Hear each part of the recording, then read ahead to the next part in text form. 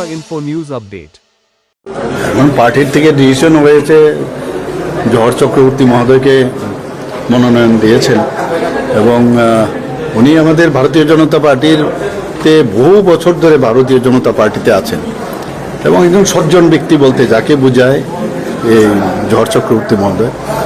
এবং আমি যখন আগে ধর্মনগরে আমি যেতাম পার্টির কাজে 2016, আমার মনে আছে ওনার মানে মোটর সাইকেলে বসে আমি কিন্তু অনেক জায়গায় পার্টির কাজে আমি গেছি এবং ওনার যে ফ্যামিলি আছে পুরো ফ্যামিলি ভারতীয় জনতা পার্টির সাথে যুক্ত এবং আমার মনে হয় যে যেহেতু পার্টি এরকম একজন সজ্জন ব্যক্তিকে ডিসিশন নিয়েছেন এবং ধর্মনগরের মানুষ মানে ছোট থেকে বড় পর্যন্ত সবাই ওনাকে চিনেন, তো এটা আমাদের জন্য একটা অ্যাডভান্টেজ। এবং পার্টির সমস্ত মানুষ যেহেতু পুরনো মানুষ, তো আমার মনে হয় যে আমাদের যুব মোর্চাই হোক, মহিলা মোর্চাই হোক বা আমাদের ওখানে ডিস্ট্রিক্ট মন্ডল প্রেসিডেন্ট থেকে আরম্ভ করে সবাই ওনাকে চিনেন এবং আমরা ওখানে জিতবো, এটা নো ডাউট। ভারতীয় জনতা পার্টি একজন বিফিটিং পার্সনকে ওখানে এবার মনোনয়ন দিয়েছে। রাজনৈতিক প্রেক্ষাপটে আমাদের কাছে সব নির্বাচন খুব সিরিয়াস, আমি সিরিয়াসলি নেই এবং আমরা তো বসে আছি কবে এই বিধানসভা শেষ হবে, তারপর তো দৌড় শুরু হবে এবং এডিসিও ডিক্লেয়ার হয়ে গেছে, কাজেই আমাদের দু জায়গায় আমাদের যেতে হবে এবং এটা তো ক্লিয়ার কাট যে আমরা এখানে তো আর আমাদের অন্য কোনো বিষয় নাই। ধর্মনগর কেন্দ্রে তো আমাদের বাই এনি মিনস মানে আমরা যেভাবে যে এত কাজ করেছি মাননীয় প্রধানমন্ত্রীজির নেতৃত্বে সরকারের সেন্ট্রাল গভর্নমেন্ট এবং স্টেট গভর্নমেন্ট, সো এই যে উন্নয়নের কাজগুলো আমরা করেছি সেইগুলো নিয়েই মানুষের কাছে আমরা যাব।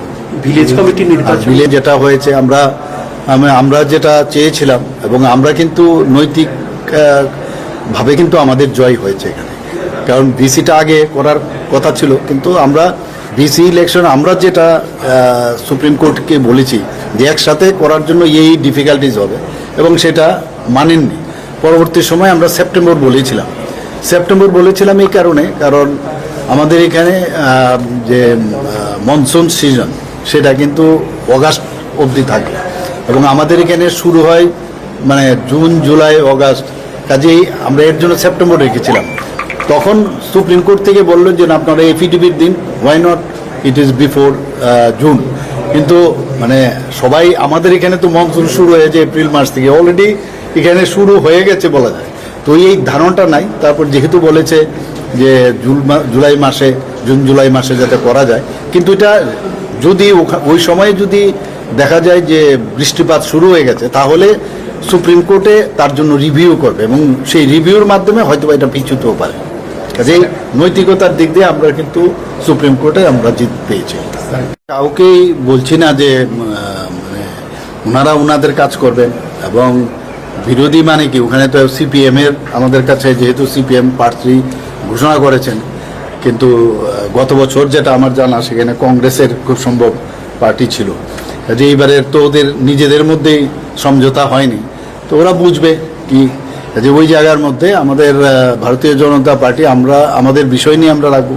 এখানে কমিউনিস্ট পার্টির থেকে দিয়েছে, যাকে দিয়েছেন সে আগেও ছিলেন, আমার মনে হয় না সেখানে আমাদের জন্য কোনো অসুবিধা হবে না, কারণ আমরা গুড একটা প্রার্থী আমরা কেন্দ্রীয় নেতৃত্ব ডিসিশন নিয়েছে এবং ওনাকে সামনে রেখে আমরা সামনের দিকে এই ধর্মনগর কেন্দ্রকে আমরা জয়যুক্ত।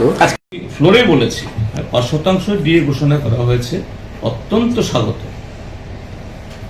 এবং মুখ্যমন্ত্রী যদিও বলতে পারলেন না নিয়মিতের সাথে অনিয়মিতের পাবিকে, অনিয়মিত মানে হলো ফিক্সড পে, কন্টিনজেন্সি, ডিআরডব্লিউ। কারণ অতীতে দেখা গেছে নিয়মিত জন্য দেওয়া হলো, অনিয়মিত জন্য দেওয়া হয়নি। সর্বশিক্ষা অভিযান, রেগা, ন্যাশনাল রুরাল হেলথ মিশনে যারা আছে এরা সেই 18 সালে যা পেতেন তার থেকে এক নয়া বিষয় পায়নি। অতীতে এরকম কখনোই হয়নি, কিন্তু এই সরকার আসার পর এই জাতীয় বৈষম্যগুলো হচ্ছে। আমি জিজ্ঞেস করেছিলাম মুখ্যমন্ত্রী দুবার দাঁড়ালেন, কেন বলতে পারলেন না জানি না, হয়তো তথ্য তার কাছে নেই, কারণ এগুলি ওনারা ঠিক সেরকমভাবে জানার চেষ্টাও করেন না, জানতে চেষ্টা করলে তিনি বলতে পারতেন না, কথা বলছি না। এগুলো সম্পর্কে বরাবরই উদাসীন, কিন্তু এই জায়গাতে একটা টেকনিক্যাল কথা মাননীয় সুদীপ রায় বর্মন তুলেছেন এবং আমিও তার সাথে সহমত পোষণ করি। আরে 2 সেকেন্ড আগে অর্থমন্ত্রী বাজেট পেশ করলেন, সেই বাজেটে ঘাটতি দেখানো হলো, অর্থাৎ এই কাজ করার পর যে টাকা এখন ধরা আছে, যে আয় হবে বলে অনুমান করেছে, কেন্দ্রীয় খাত থেকে এত টাকা পাবে, রেভিনিউ থেকে পাবে এত টাকা উঠবে, আর এই টাকা পেয়ে আমি এত খরচ করব, এটা আনুমানিক। এটা সব সরকারি ক্ষেত্রেই হয়, তাদের ক্ষেত্রেও হবে, এটা আলাদা কথা বলছি না। তো এটা তো ঘাটতি বাজেট, অর্থাৎ এই কাজ করতে গিয়ে তুমি যে খরচ ধরেছ, এই খরচ করার জন্য তোমার আয়ের ক্ষেত্রে ধরা হয়নি। এখন ধুম করে তার 2 সেকেন্ডের মধ্যে মুখ্যমন্ত্রী বলে ফেললেন যে আমি 5% দিয়ে ঘোষণা করলাম, এতে আরো 500 কোটি টাকার বেশি লাগবে, তা তোমার ঘাটতি বাজেটে যুক্ত হলো। তো এটা সম্পূর্ণ একটা প্রচলিত যে কনভেনশন, এ থেকে আলাদা। আরে তোমার এত বাহবা করাতে, তুমি তো 25 তারিখ বললেও তোমার বাহবা থাকবে, শেষ দিন যেদিন এই বাজেট পেশ হয়ে যাবে তারপর তুমি বলো না হ্যাঁ এই খরচটা এর সাথে যুক্ত হবে।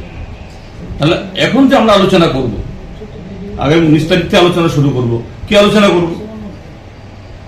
কারণ আমাদের সামনে তুমি ঘাটতি ধরেছে 200 কোটি টাকা ঘাটতি ধরেছে, কিন্তু ঘাটতি তো 200 না, মুখ্যমন্ত্রী ঘোষণা সহ এই ঘাটতি আরো 500, কিন্তু এই কথাটা কাগজপত্রে নেই। আর অর্থমন্ত্রী যখন এই বাজেট যখন তার এই পাশ হবে, স্পিকার যেদিন বাজেট পাস করাবেন সেদিন এই 500 কোটি টাকা যুক্ত হবে না, অথচ আজকে রেকর্ড হয়ে গেল আরো 500 কোটি টাকা খরচ হবে, কিন্তু স্পিকার যেদিন বলবেন এত এত এত এত এত এত এত এত এত সেদিন কিন্তু এই 500 আসবে না। তো এটা এক ধরনের যে প্রচলিত যে এই বিধানসভার যে নিয়ম কানুন, এটাকে সাইলেন্ট করা না। আমি বুঝি না, ঠিক আছে ডাক্তার মানিক শাহ মাননীয় মুখ্যমন্ত্রী মহোদয় এবং প্রণজিৎ সিংহ মহোদয়ের পক্ষেও এগুলি একটু ওনারা নতুন, না বোঝাটা কোনো অপরাধ কিছু না, কিন্তু এদিক দিয়ে এটাকে মানে স্বীকার না করে ওই পরিষদীয় মন্ত্রী বলছেন আমরা বিরোধীরা কেন বিরোধিতা। আরে আমি তো বিরোধিতা করছি না, তো আমি তো দাঁড়িয়েই বলছি প্রথমত যে হ্যাঁ আমি স্বাগত জানাচ্ছি, আই ওয়েলকাম, কিন্তু এটাও বলুন যে কত শতাংশ বকেয়া এখন ডিউ কত? আমার জানা মতো 22% পাওনা, তুমি দিচ্ছ 5%, আরো 17% পাওনা। এই 5% লাগু হওয়ার পরও আরো 17% পাবে, এবং মাননীয় মুখ্যমন্ত্রী কিন্তু কবে থেকে লাগু হবে এটাও বলেন, বলেছেন হ্যাঁ, ভালো, থ্যাংক ইউ। কিন্তু হলেও আরো 17% বকেয়া থাকবে, এটাও বলা উচিত। তিনি যদি ভাবা করাবেন এটাও বলুন আপনি। এই খরচটা কি বাজেট বরাদ্দের বাইরে মনে হচ্ছে না? এখন শুনো, বাজেটে কি হয়, বাজেটে একটা সবসময় একটা প্রস্তাব নিয়ে আসা হয়, কিন্তু সরকার মনে করলো যে না আমি এই খাতে খরচ করবো, কিন্তু বাজেটে নেই। এটা ওই যে অ্যাপ্রোপ্রিয়েশন যে হয়, যেমন আজকে বাজেট পেশ হওয়ার আগে একটা যে হয় অ্যাপ্রোপ্রিয়েশন, অতিরিক্ত ব্যয় বরাদ্দ, ওই তখন অতিরিক্ত ব্যয় বরাদ্দে অ্যাডজাস্ট করে নেবে, আর কোন তদন্ত হয় না, অর্থাৎ অপরাধীদের একটা স্বর্গরাজ্য। তো কেন এই অবস্থা? এই অবস্থা হওয়ার পেছনে কারণ হলো যে আরক্ষা দপ্তরের যে বিরাট শূন্যতা, এই শূন্যতা পূরণে তাদেরকে আরো কিভাবে দক্ষ করবে, আর আইন শৃঙ্খলা উন্নয়নের সাথে সামগ্রিক গণতান্ত্রিক পরিবেশ, এটাও যে সব দিক থেকে একটার সাথে একটা সম্পর্কিত, এই জায়গায় কর্মসংস্থান, সুস্থ সামাজিক সাংস্কৃতিক পরিবেশ, সুস্থ শিক্ষার পরিবেশ, কাজের পরিবেশ, এগুলি না থাকলে পরে আইন শৃঙ্খলা শুধু একতরফা উন্নয়ন হতে পারে না। তো সবটা মিলিয়েই যে একটা পরিকল্পনার সাথে আরেকটা পরিকল্পনা, অর্থাৎ অর্থনৈতিকের সাথে সামাজিকের, সামাজিকের সাথে শিক্ষার, শিক্ষার সাথে স্বাস্থ্যের কোনো যোগাযোগ নেই। কিছু সুন্দর সুন্দর বাক্য চয়ন, কিছু শব্দের অবতারণা, আর কিছু অঙ্ক, এগুলো বিস্তারিতভাবে স্টাডি করে একদম কোথায় তার ফ্ল। আমরা বিরোধী দল মানে বাজেট পাস না হোক তা বলছি না, বাজেট তো পাস হতেই হবে,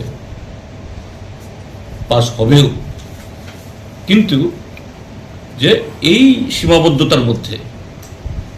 সীমাবদ্ধতার মধ্যে কিভাবে যে অর্থের প্রস্তাব করা হয়েছে সেই অর্থ আরো ভালোভাবে খরচ করে এই রাজ্যের সামগ্রিক উন্নয়ন হতে পারে, আমাদের বক্তব্যের সময় সেগুলো আমরা রাখবো। কাজেই এক কথায় বলতে পারি যে এই বাজেট তার বিগত 2 বছরের গতানুগতিকতা এবং অন্তঃসার শূন্যতার থেকে বেরিয়ে আসতে পারেনি। এতে সুনির্দিষ্টভাবে এই রাজ্যের যে অর্থনীতি, তার যে কৃষির উপর নির্ভরশীল, আর তার সাথে আরো সামাজিক বিভিন্ন দিক, এই জায়গাতে কিভাবে একটা সন্তুলন নিয়ে আসবে তার কোনো দিশা নেই। এটা দিশাহীন, বিক্ষিপ্ত, জোড়াতালি দেওয়া এটা বাজেট, এটুকুই আপাতত যা শুনেছি তা থেকে আমার অবজারভেশন।